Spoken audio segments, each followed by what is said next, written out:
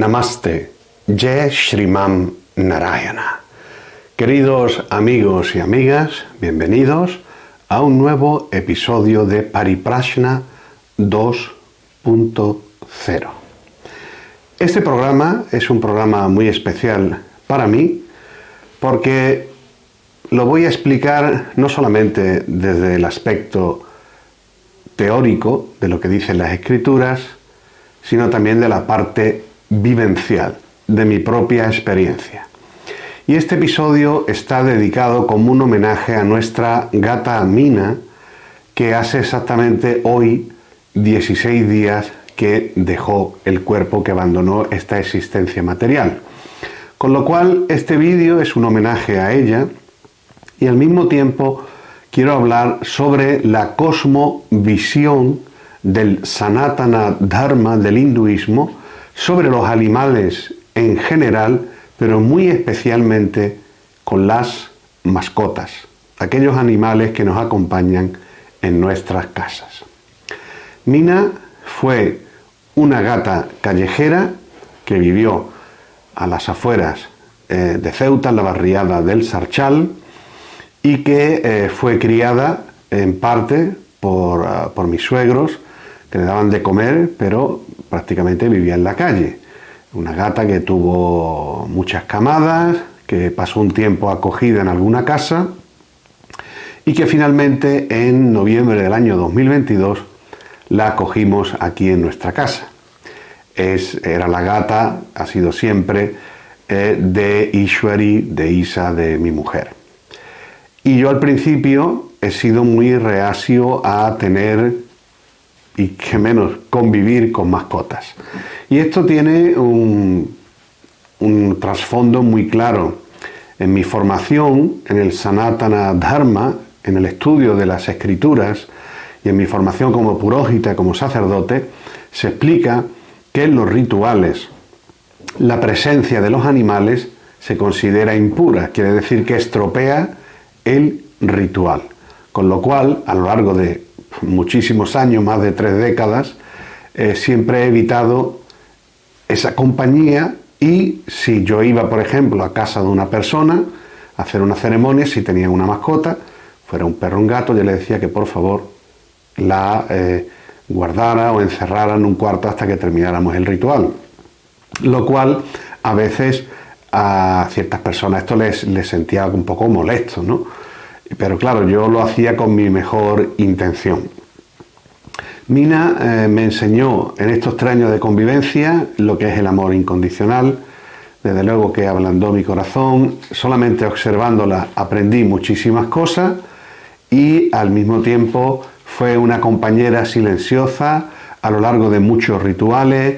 A la hora del yapa, del canto del santo nombre, ella se sentaba en mi regazo.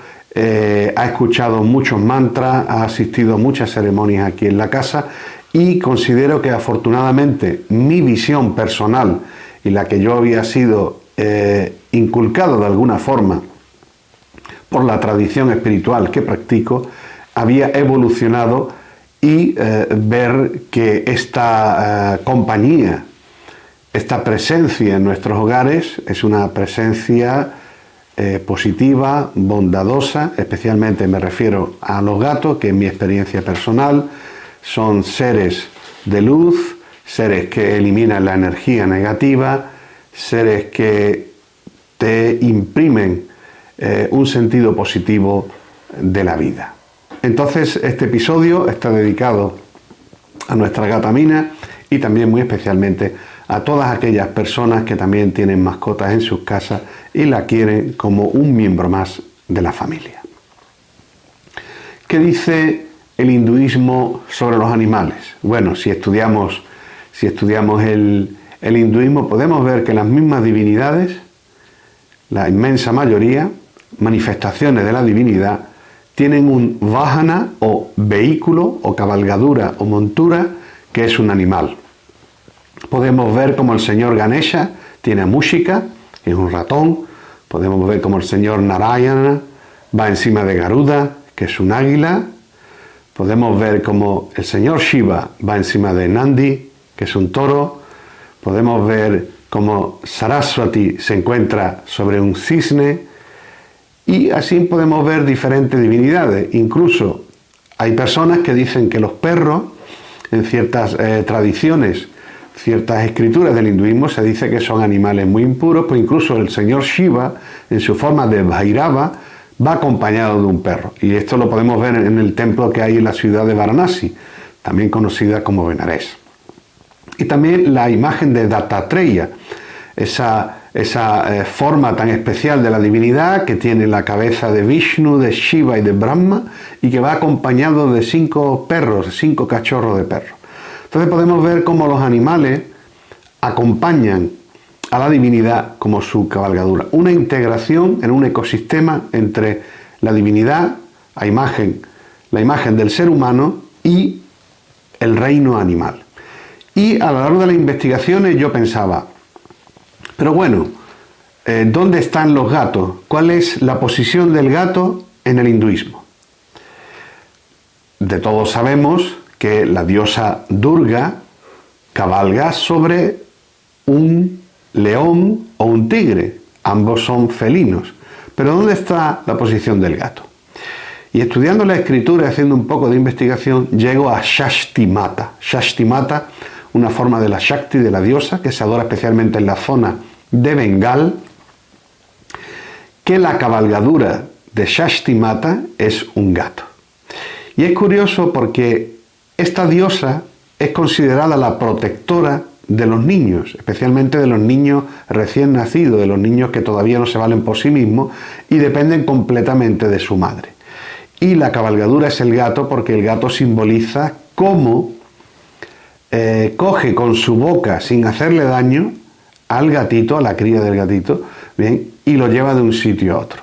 Y esta simbología pone que el animal, los animales, ya sean de mascotas o animales del reino más salvaje, forman parte de la iconografía de las divinidades dentro del hinduismo.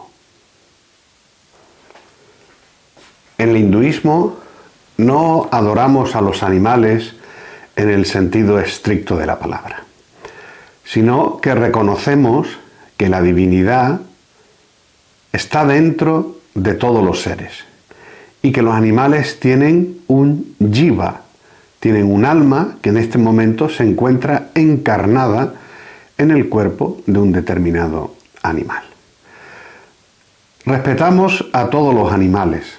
De todos es sabido que la vaca tiene un estatus de animal sagrado por, entre otras razones, cuando nosotros dejamos de tomar la leche de nuestras madres, tomamos la leche de la vaca. Por eso a la vaca se le llama en sánscrito Gomata, la madre vaca. ¿Bien? Y luego su presencia se considera una presencia pura, una presencia sagrada en los rituales.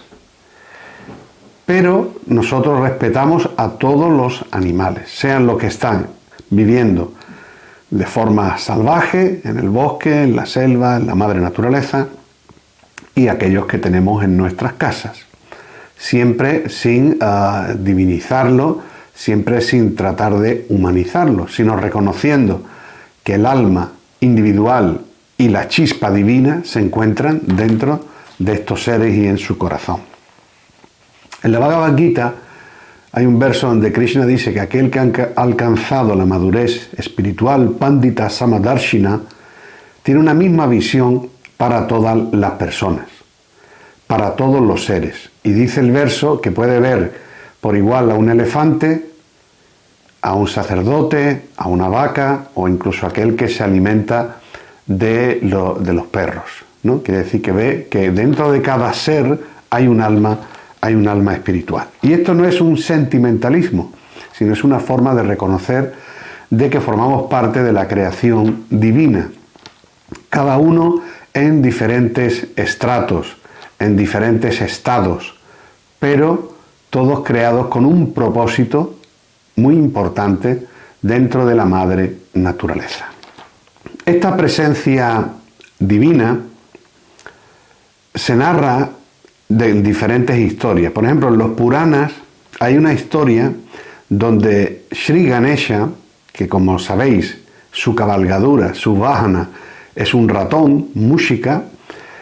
Resulta que un día vino el ratón diciéndole que por favor, señor Ganesh, protégeme porque hay un gato que me está atacando. Sabemos que hay una serie como de enemigos naturales, el gato con el ratón, el perro con el gato. Bien, entonces el señor Ganesha se enfadó bastante de que a su querido ratón, que es su cabalgadura, le estuviera atacando un gato. Entonces cogió al gato y empezó a arañarlo, empezó a pegarle, bien, y el gato, pues el pobre, se fue asustado con sus heridas.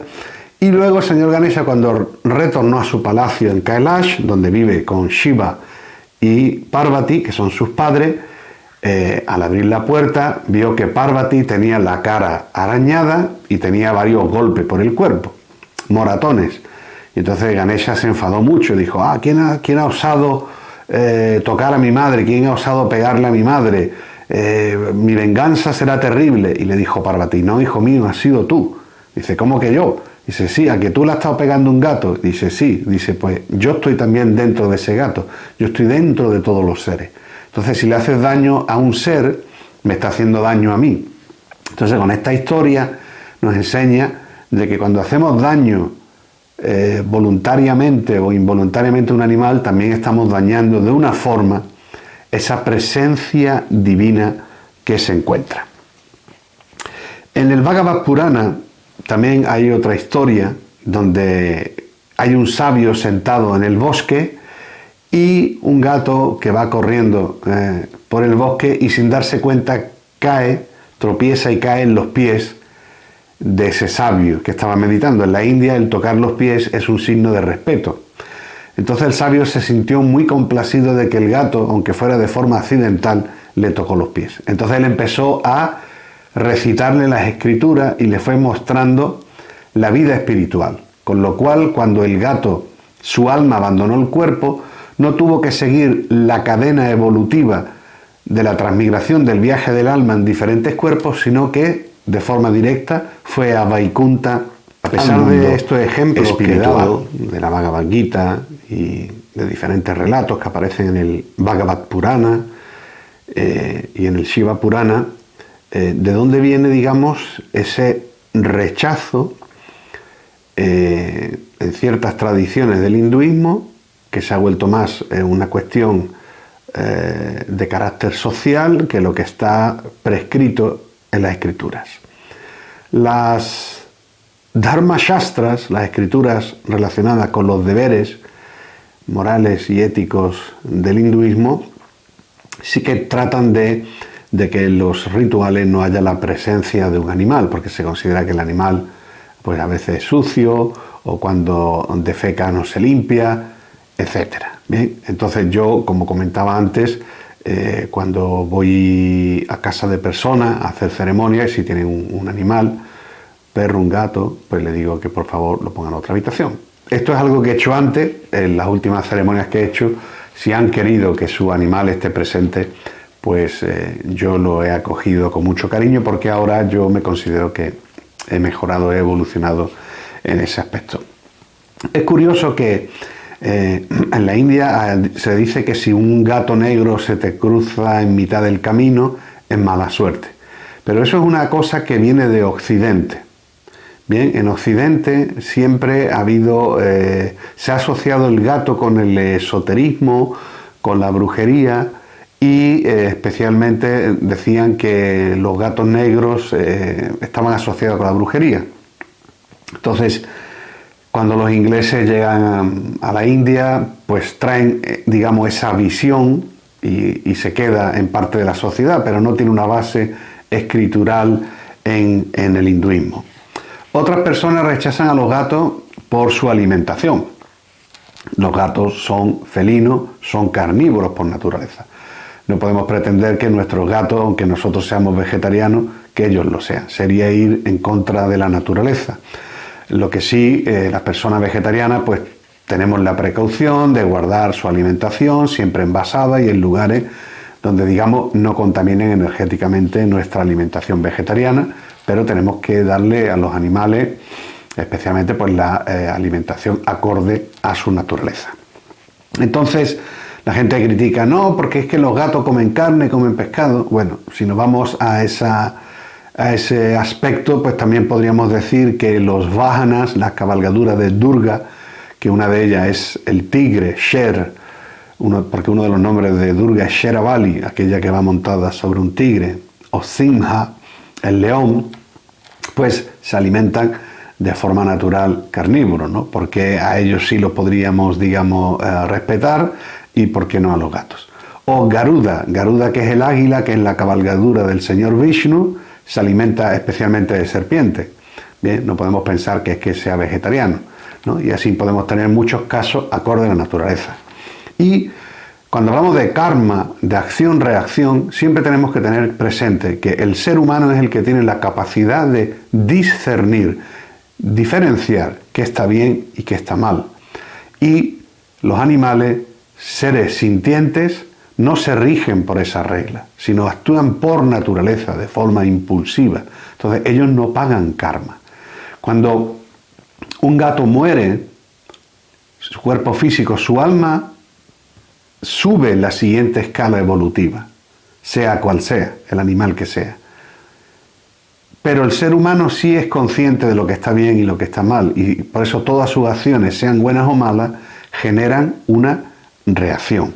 Esto es muy importante que lo tengamos en cuenta.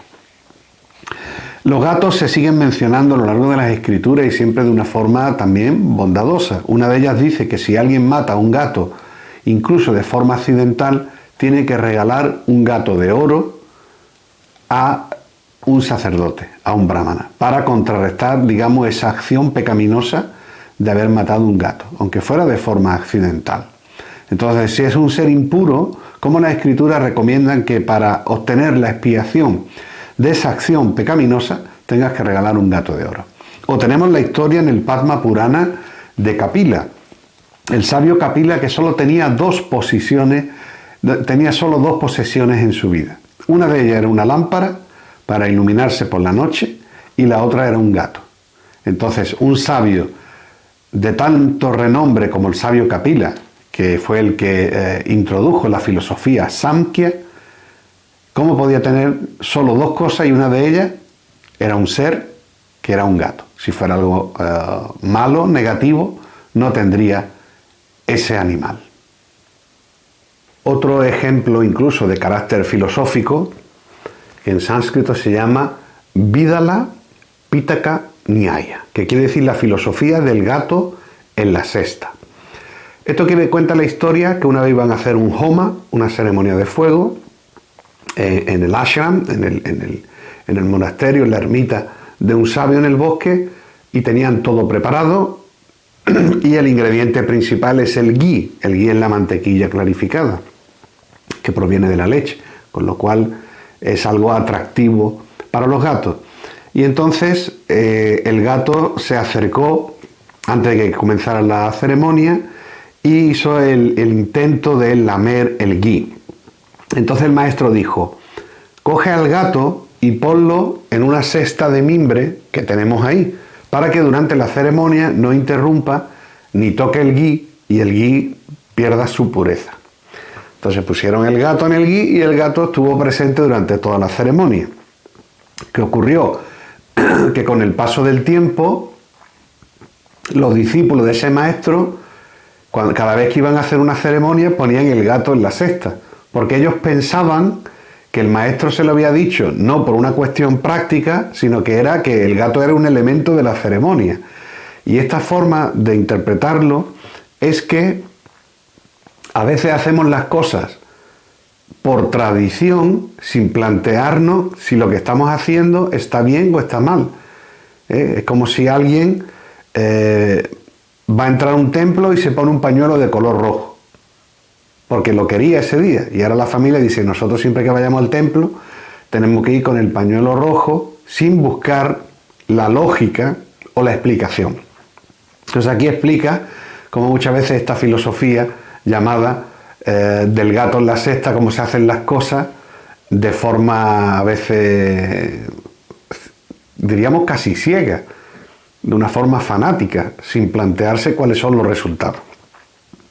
Y es curioso y muy interesante que se utilizara el símil, la historia cuenta la presencia de un gato. Krishna, en el capítulo 18 de la Bhagavad Gita, dice que él habita en todos los seres. Entonces, es decir, que cuando nosotros cuidamos de los animales, estamos también de una forma u otra honrando la presencia divina de Dios. Llámenlo como quieran llamarlo. Krishna, Shiva, Ganesha, Jesús, Allah, etc. Una de las escrituras muy importantes, el Vishnu Smriti, dice que la no violencia, la ahimsa, se debe de expandir y hacer con todos los seres, no solamente con los seres humanos, sino con todos los seres.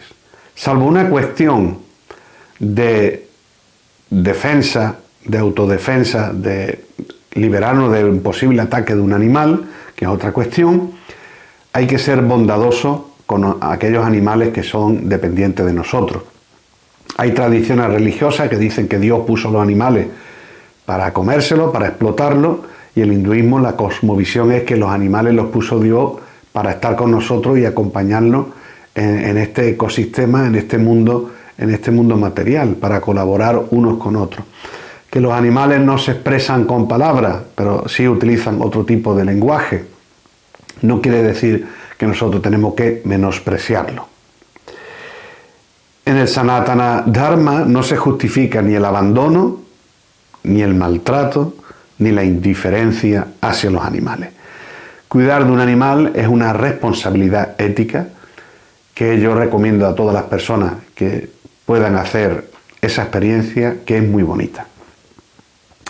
Y yo también quiero dejar un apartado, he hablado de las escrituras, ¿no? He hablado de lo que dicen las Shastra a favor, en contra, pero también me gustaría hablar de mi propia experiencia personal, como una persona que yo veía un gato o un perro y prácticamente salía corriendo y huía, a una persona que ha aprendido a compartir, a amar a los animales, específicamente nuestra gata Mina, lo cual que ese amor que ella me ha inculcado, esa semilla, no quiere decir que no vaya a florecer en desarrollar mi amor hacia otras mascotas que pudieran estar en un futuro.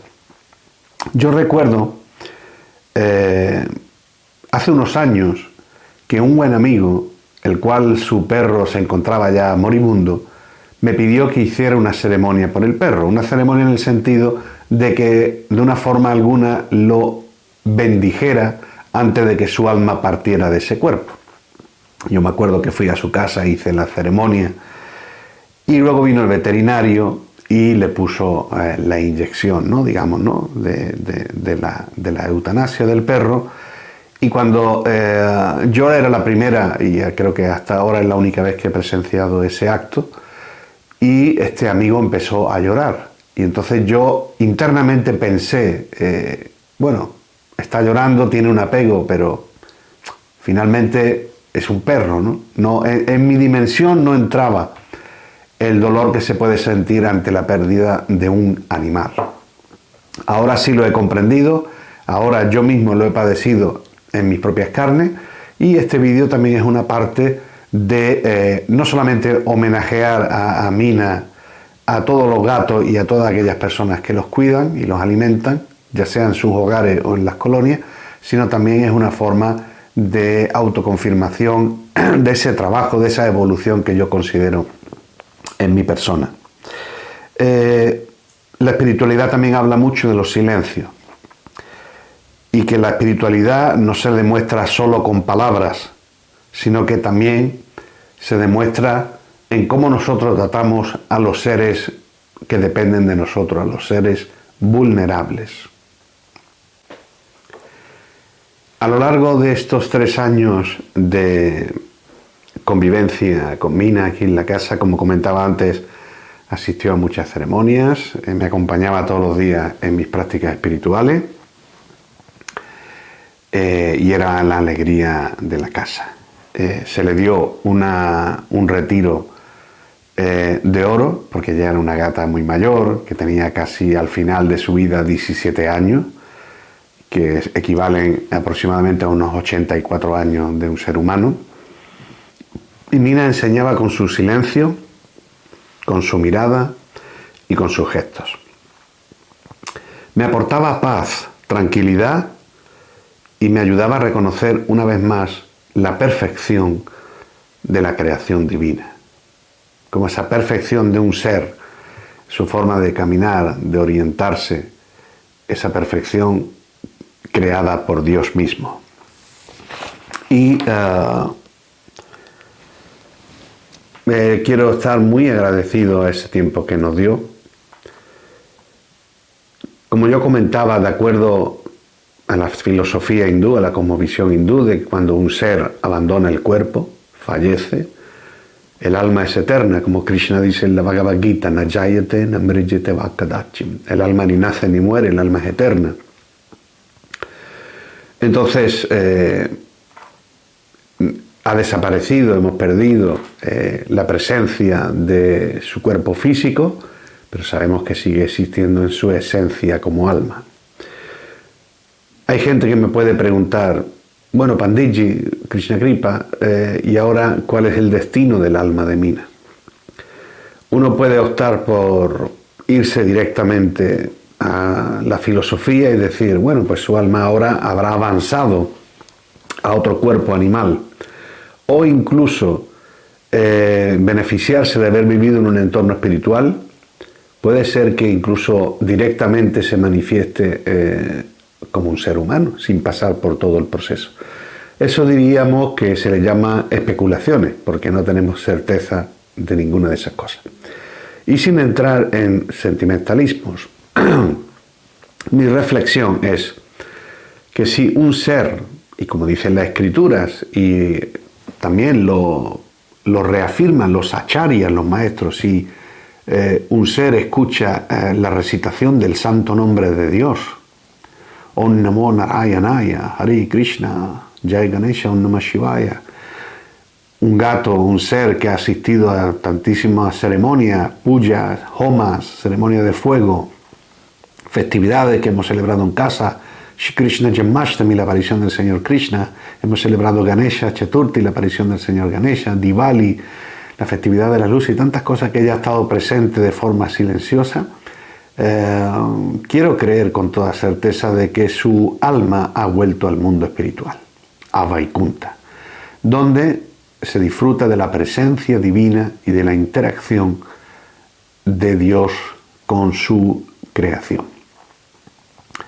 Y esto es lo que he querido compartir con todos vosotros, queridos amigos y amigas, mi experiencia personal de haber convivido con la gata Mina, con una mascota, con esos seres tan especiales que llegan a nuestras vidas, y al mismo tiempo he tratado de aportar un poco de luz sobre lo que dice el hinduismo, ¿no? La presencia divina en todos los seres, nuestro deber de protegerlos, de alimentarlos y de darles también, si es posible, un lugar donde puedan vivir sin tener miedo. Y al mismo tiempo se puede mantener el equilibrio entre la tradición y la modernidad. Muchísimas gracias a todos por vuestra atención. Espero que este programa tan especial y que la verdad me ha costado trabajo de grabar por las emociones haya sido de vuestro agrado. Muchísimas gracias. Om Shanti.